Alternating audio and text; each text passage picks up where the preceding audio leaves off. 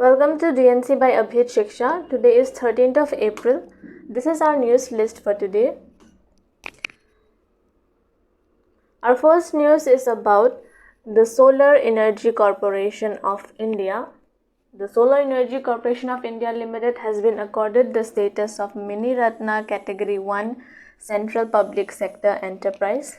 The categories such as Miniratna, Navratna, Maharatna are all on the basis of the financial autonomies of the public sector enterprises.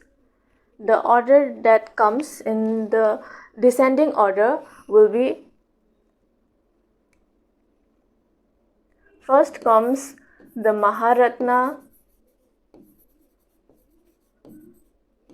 then comes the Navratna,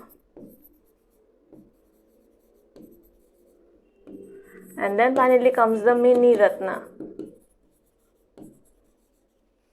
All the PSCs that come under these three categories are all on the basis of their financial autonomies, in which the highest goes to the Maharatna, then comes the Navratna, and then finally the Miniratna. So coming back to SECI, it was incorporated in the year 2011 and it looks after the renewable energy schemes and projects towards fulfillment of India's international commitments. SECI has played a central role in the rapid increase of renewable energy generation capacity in the country and has contributed towards the nation's climate commitments, carbon emission reduction and strategies, and sustainable energy transition. Then we will know about the 3D printing technology.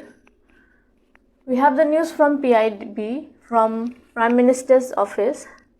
The PM appreciates use of 3D printing technology in construction of post office in Bengaluru. Now let us know what 3D printing technology is. It is an additive technology used to manufacture parts. Additive in the sense it does not require a block of material or a mold to manufacture physical objects. It simply stacks and fuses layers of materials. It's typically fast with low fixed setup costs and can create more complex geometries than traditional technologies with an ever-expanding list of materials. It is used extensively in the engineering industry, particularly for prototyping and creating lightweight geometries. Hence, we get to know that 3D printing technology will ease up the manufacturing process as compared to the traditional technologies. Then we have an important day today, that is remembering the Jallianwala Bagh Massacre. The Jallianwala Bagh Massacre is also known as the Massacre of Amritsar that took place on April 13, 1919. What happened on this day was British troops fired on a large crowd of unarmed Indians in an open space called the Jallianwala Bagh in Amritsar in the Punjab region of India.